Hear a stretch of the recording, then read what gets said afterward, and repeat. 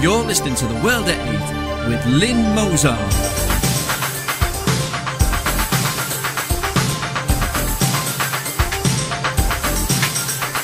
The World at 8, the number one in nationalist news.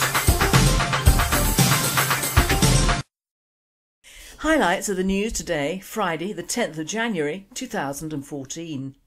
Labour councillors suspended from party for offensive communications. Labour councillors stole £100,000 from St John's Ambulance. Benefits for asylum seekers, a tale from 2 news channels. ANZACs Airbrushed out of World War I to promote Multicultural UK. Boss snapping, a criminal offence rarely punished in France. We want a United States of Europe, says top EU official. Nick Griffin from the belly of the beast. Australia PM Tony Abbott defends asylum policy closed book. Aldi removes racist Australia 1788 Day t-shirt from stores. Moroccan legislators propose amending laws allowing rapists to marry victim to escape trial. Brand expansion, China's race to conquer world markets. Thought for the day, I am banjaxed, are you? And finally, sex insurance. UK news. Labour councillors suspended from party for offensive communications. 2 Luton Labour councillors have been suspended from the Labour Party over alleged comments made on Facebook. Husband and wife Mohammad Ayub and Naseem Ayub are both councillors for the Biscot ward, and Naseem is a member of the council's executive committee. Allegations were made about the couple shortly before Christmas concerning their use of social and media sites. An East of England Labour Party spokesman said, following allegations about comments made on Facebook, Councillor Mohammad Ayub and Councillor Naseem Ayub were suspended from the Labour Party. Bedfordshire Police confirmed that they are investigating potential offences under the Computer Misuse Act 1990, unauthorised access, and or Malicious Communications Act 1988, send offensive communication, incite racial hatred. World at 8. It's all happening in Luton this week, my friends. Listen to the thought today. Strange how the media steer clear of Muslim race hate crimes, isn't it?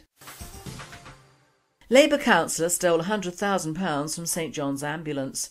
A former Labour councillor who plundered £100,000 from a branch of the St John's Ambulance charity issued a public and unreserved apology as he was jailed for a year. Geoffrey Hammond, 50, resorted to dishonesty after struggling to meet spiralling interest on debt repayments for loans and credit cards. Hammond represented the Higham Hill ward in Walthamstow, East London, while working as a trusted executive officer at the Fellowship of St John's Trust Association. But after falling into debt, Hammond plundered £99,493.39 while responsible for managing the operational and administrative side of the charity, including overseeing accounts and records. Benefits for asylum seekers, a tale from 2 news channels. Sky News focused on asylum seekers given homes and benefits were found to have iPads, mobile phones and flat-screen televisions despite claiming they were destitute, the reporters found. The National Audit Office found migrants seeking permanent asylum in Britain were earning an income above legal levels required for them to be given housing and payouts. Flat-screen televisions indicates asylum seekers could have a greater income. As of April 2013, the Home Office provided accommodation for around 23,000 asylum seekers, with around 60% receiving financial support from the department. While the BBC goes with private security firms G4S and Serco have placed asylum seekers in substandard properties, according to a report by the National Audit Office. A report on contracts awarded by the Home Office also criticised the length of time taken to house asylum seekers. 3 providers, G4S, Serco and Clearel, signed contracts in March 2012 to find housing for destitute asylum seekers. The move was intended to save around £20 million a year over 7 years. But the NAO has found out that in 2012-2013 it achieved a saving of only £8 million. World at 8. And Sydney Carton said, "It is a far better thing I do, etc, etc. My version on housing asylum seekers, of whom there are none, is no housing at all, no room at the inn, nada, near, no. We have homeless and destitute of our own, we don't need to import them." ANZACs airbrushed out of World War I to promote multicultural UK. There are fears down under the sacrifices of Australian and New Zealand troops during World War I will fall victim to an ANZAC whitewash driven by domestic politics during British commemorations this year. British government sources confirmed that internal briefings on World War I commemorations did not mention Australia or New Zealand once. Instead, staff from departments and cabinet offices had been told to concentrate on other British Empire contributions by soldiers from countries such as Nigeria, India, Pakistan and Bangladesh. The ANZAC whitewash comes despite the 62,000 Australians and almost 30,000 New Zealanders who died in the Great War fighting for the British Empire. News Corp Australia has learned in a blatant politicising of the anniversary, Whitehall officials in London have been briefed to push the efforts by the so-called new Commonwealth nations in a bid to win political and economic favour in multicultural Britain. World at 8. A form of toadying to ethnics that only the Brits can achieve. That of altering everything that has gone on many years before and without which we would have either had a German or a Muslim government now. Oh, well, come to think of it, nothing has changed really. But owing to the advanced age of my father, one of my half-brothers was an Anzac. He had a marvellous singing voice, but the Turks shot him in the throat at Gallipoli and he was 2 days hung on the barbed wire dying. So excuse me if I think he would not be laughing in his grave now. European news. Boss napping, a criminal offence rarely punished in France. Disgruntled workers at Goodyear, France held 2 members of their senior management team captive for around 30 hours this week in a bid to force the company to increase their redundancy pay. The latest case of boss napping has revived a debate about a potentially serious criminal offence which, though punishable with up to 30 years in jail, is rarely, if ever at all, sanctioned. In France, boss nappings occur from time to time when the workers can't take any more, says Jean-Claude Mailly, General Secretary of the Force Ouverte Trade Union. World at 8. Oh, so like the sodding guillotine, it's forgotten and allowed. Lovely. Lesson to bosses, unions and peasants rule in France. What happened to liberté? We want a United States of Europe, says top EU official.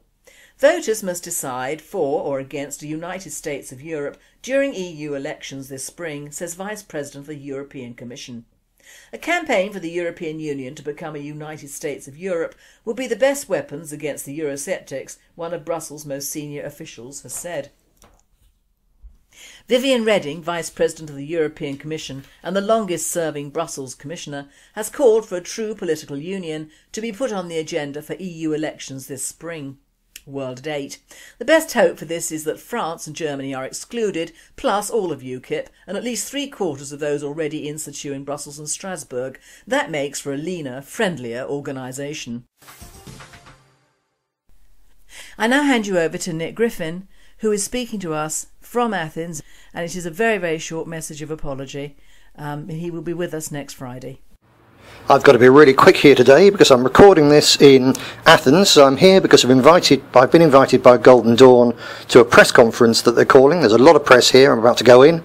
They're announcing that they're taking the Greek government to the European Court of Human Rights in Strasbourg over the appalling repression to which they're subjecting the nationalist movement Golden Dawn.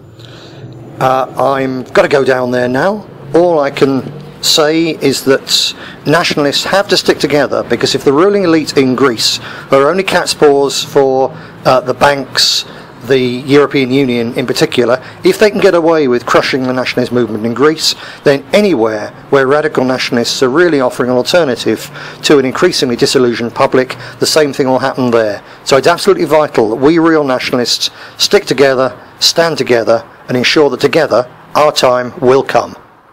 Thank you, Nick. Continue the good work. World news. Australian PM Tony Abbott defends asylum policy closed book.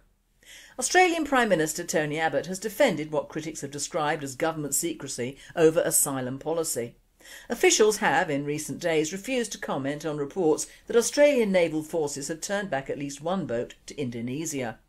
Asylum seeker accounts have also alleged mistreatment by Navy personnel. Mr Abbott, who promised a tough line on the asylum issue when he took office, said restricting information flow boosted operational enforcement. "I'd rather be criticised for being a bit of a closed book on this issue and actually stop the boats," he told local media. "The point is not to provide sport for public discussion. The point is to stop the boats." World at 8, I like this man. To the point with no PC waffle. Stop the boats should be our creed, not open up to all, which is costing us dear in this country, and worse, because no one really apart from us nationalists are putting their heads over the parapets. Aldi removes racist Australia 1788 Day t-shirt from stores. German discount supermarket chain Aldi has announced it will remove its promotional Australian Day t-shirts and singlets from its stores in Australia after an outcry on social media, local media reported Wednesday. A number of Twitter users on Wednesday called for the t-shirts and singlets designed with a slogan that reads, "Australia established 1788, to be withdrawn from the sale after deeming it racist and culturally insensitive to Indigenous Australians." World at 8. The only Indigenous Australians probably couldn't even afford Aldi, and the white ones don't care, so that just leaves the flotsam and jetsam of Asia, Africa and Europe. Boycott Aldi. Just how far would the Abos have progressed without white influence, however badly they did it? Would it be a country the rest of the asylum seekers of the world wanted to go to? I doubt it. In the case of the Germans, hypocrisy is the devil's best sin. Moroccan legislators propose amending law allowing rapist to marry victim to escape trial. The Justice and Human Rights Commission of Morocco's parliament has proposed removing a paragraph from the penal code that allows a rapist to escape prosecution by marrying his underage victim. Thursday's move came a year after the Islamist-led government promised to amend Article 475 of the Penal Code, and nearly 2 years after a young girl committed suicide after being forced to marry her rapist. Her parents and a judge had pushed the marriage to protect the family's honour. The suicide of 16-year-old Amina Al-Filali after 7 months of marriage to the 23-year-old she said had raped her shocked the country and spurred calls to a legal change. Parliament must now vote on the Commission's call to remove that paragraph from the Penal Code. Brand expansion. China's race to conquer world markets. Chinese firms have embarked on a quest to conquer the world market. Several have already done so with the help of Western know-how. Established rivals are making the mistake of underestimating them until it's too late. 20 years ago, China exported 6 cars. Last year it exported 1 million. Marketing expert Nilalya Kumar speaks to Spiegel about the impending global ascent of brands from emerging economies. World at 8. No, we didn't underestimate them, we overestimated our peoples. The Chinese may produce in quantity, but their quality is sadly lacking, and in short, usually bloody awful. We've made it in the Western world that you have lost your choice, and that everything greedy and stupid retailers are bringing in is made in China or Taiwan. It is our manufacturing and jobs that have suffered in this worldwide push for China to make millions, and not us. Boycott Chinese goods, but then who said we were that clever? Thought for the day. I'm banjaxed, are you? In the words of that well-known and funny Southern Irish guy, I am banjaxed. Why, you may ask, am I, the most cynical of cynics, banjaxed and perplexed? Well, of course, I have to add that as a racist cynic to boot, you may start to understand soon. Now, we all know there is one law for the ethnics and one law for us so-called indigenous peoples of this land, to which at least one side of my ancestry hails from. Now, the poor old plod, for which I used to have a lot of time, and in truth still do, as for the main, they have a bloody awful job, rather like our armed services. You know, sent out unarmed and unprepared for actual conflict, and when they do have to kill or maim someone, they're brought up short. We in the UK are totally unprepared for a soldier or a police person to actually defend us or themselves. It doesn't sit with our liberal views on life as it should be lived around 60 years ago. Regarding the shooting of Mark Duggan in 2011, now although the milk of kindness doesn't run within this breast, I am not a complete monster. If any of my children, even the ones who strongly disagree with my politics and make their point very clear, were killed, I would be in a straitjacket or worse. To lose a child, whatever age or whatever ethnicity, must be the worst thing in the world. So what I'm about to say does not imply that I have no sympathy for the mothers or fathers of children who have been killed or murdered by anyone, whether the establishment or individuals, at home or abroad.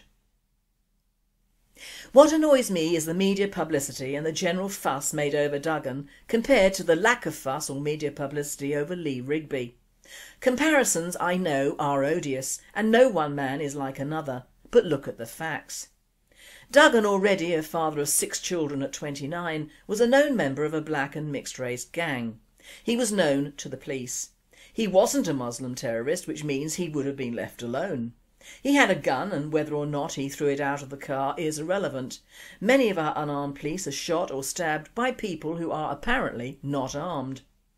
If I had been there, with that distance between me and a car with a known gangster in it, I would have shot to disable or kill without thinking.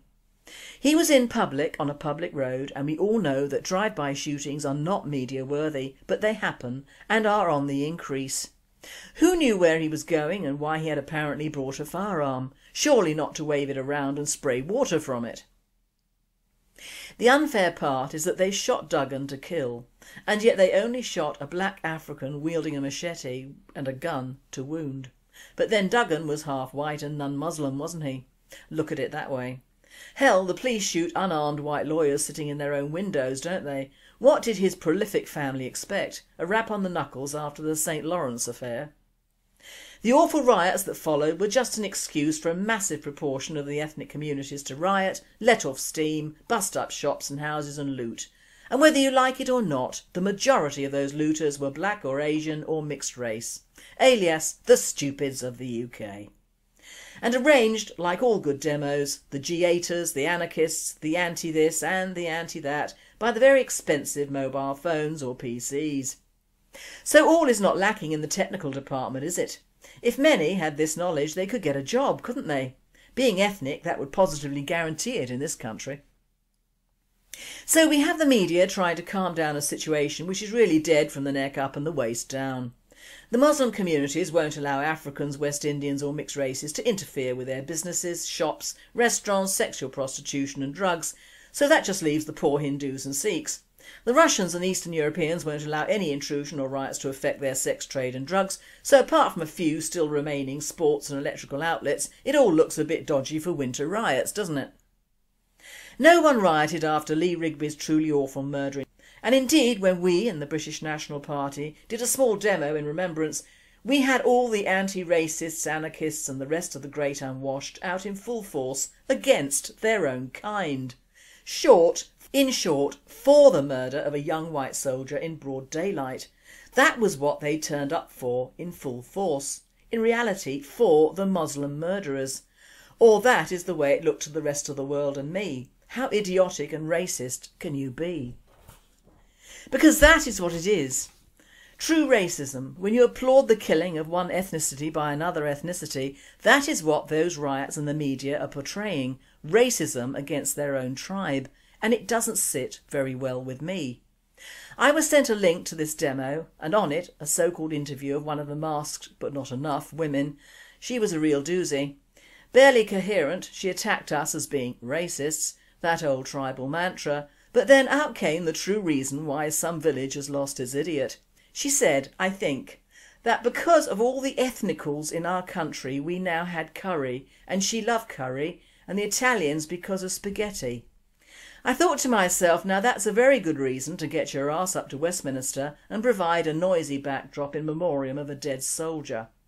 Only the UAF Searchlight or our anarchists could dream up that as a publicity stunt after Lee's murder. I, although very tribal, do not judge a man by his colour. I judge him by his actions, or his country's actions, or his tribe's actions, as no man is an island, but not his colour or his religion, unless his religion, like Islam, makes him the man he is and makes them the sort of humans that many of them are. I feel although a young man lost his life, he was on the wild side and just chose the wrong side. I don't feel that way about the murderers of young Lee. I just feel hatred for them and their ideology, and also that we as a country seem to be prepared to put up with that rather than a young guy sitting in a car with a gun. All three lethal to the public, but only one has paid the price. The police, when seeing that no members of the mainly ethnic public went to Lee's aid, should have shot to kill those two men. They were armed and dangerous, but, however, black and Muslim. We seem to be overlooking to a vast extent the impact of Islam and its creed on our thinking. Despite the many illegal food businesses being run in the UK, most with nefarious impacts on us as customers and consumers, very little is mentioned in the press about them. However, as promised, Luton yields great results. That Islamic ghetto stuck in the middle of the UK. From Luton Today I quote, "A man has been fined more than £5,000 for running an illegal poultry cutting plant in Riddy Lane. Shahbaz Khan, 36, of 157 Dallow Road, processed chicken without permission in garage, which council officers found to be unhygienic and closed it immediately." It goes on to describe, a splintered wooden pallet covered in greasy cardboard was used as a cutting surface for the meal, and the garage wall was covered with a tarpaulin sheet stained with blood and dried on chicken flesh. The fridge door handle was dirty with dried on chicken flesh and feathers. Flies were crawling over a wooden cutting block. Butchers were wearing dirty aprons stained with grease and blood, and there was a bag of filthy butchers' aprons encrusted with scraps of chicken flesh. Outside the garage, 38 crates of chicken waste, including skin, bones and feathers, were piled up and covered in blue bottle flies, with blood dripping from the crates and running over the pathway. When interviewed, Khan said the meat was being prepared for a wedding the following weekend for up to 300 people. Khan failed to attend court in September 2013, so a warrant was issued for his arrest. Now, you don't want to see the pictures, but I can only imagine the way those hundreds of chickens met their death, and it ain't pretty. Khan won't be shut down, he'll just reopen in another Muslim's back garden, as this method of killing animals is now endemic in this country, and no one has the guts to stop it. Another thought is that if this had been an English butcher, he would have been publicised out of the wazoo and shut down immediately. Who provided the poor chickens? Who is taking chickens literally from our mouth to theirs? And don't think he's alone. They're all at it, even though everyone sells so-called halal meat and we're all being forced to eat flesh not prepared in the fashion we would like. They are still doing the old home killing. You would have thought the RSPCA were hot on this, but of course they mustn't rock the boat any more than the local police or food inspectors would do. If Jewish, the shite would have hit the fan as well, although at least in kosher killing they do not hang the animals upside down to prolong the agony of bleeding out longer as the heart rate is increased by being hung. So we have the police and media favouring Islam, and even the anti-nationalist people doing the same. Does no one anywhere want to stand up for what is English anymore? Are we that frightened? Are we that cowed? Are our police so frightened of being called racist that they would rather not act at all? Because as far as I can see, the greater sin is allowing a sin in the first place to occur. Laws should apply to all men, and in a multicultural country they should apply to all cultures, creeds and colours. Not just one, not just ours. And finally, sex insurance. No apologies for this, a weekend laugh. Please listen to a list of companies below catering for most tastes for sex insurance. Sex with one's wife, legal and general. Sex on the telephone, direct line. Sex with a partner, standard life. Sex with someone different, go compare. Sex with a lady of generous proportions, more than. Sex on the back seat of a car, Sheila's wheels. Sex with a posh bird, privileged. Sex with a prostitute, commercial union. Sex with the maid, employer's liability. Sex with an OAP, saga. Sex resulting in pregnancy, general accident. And finally, sex with a transvestite, confused.com. You've been listening to The World at 8. I am Lynn Mozart, and I and the team at World at 8 and Radio Britain wish you all a very happy, a very safe and a very dry weekend.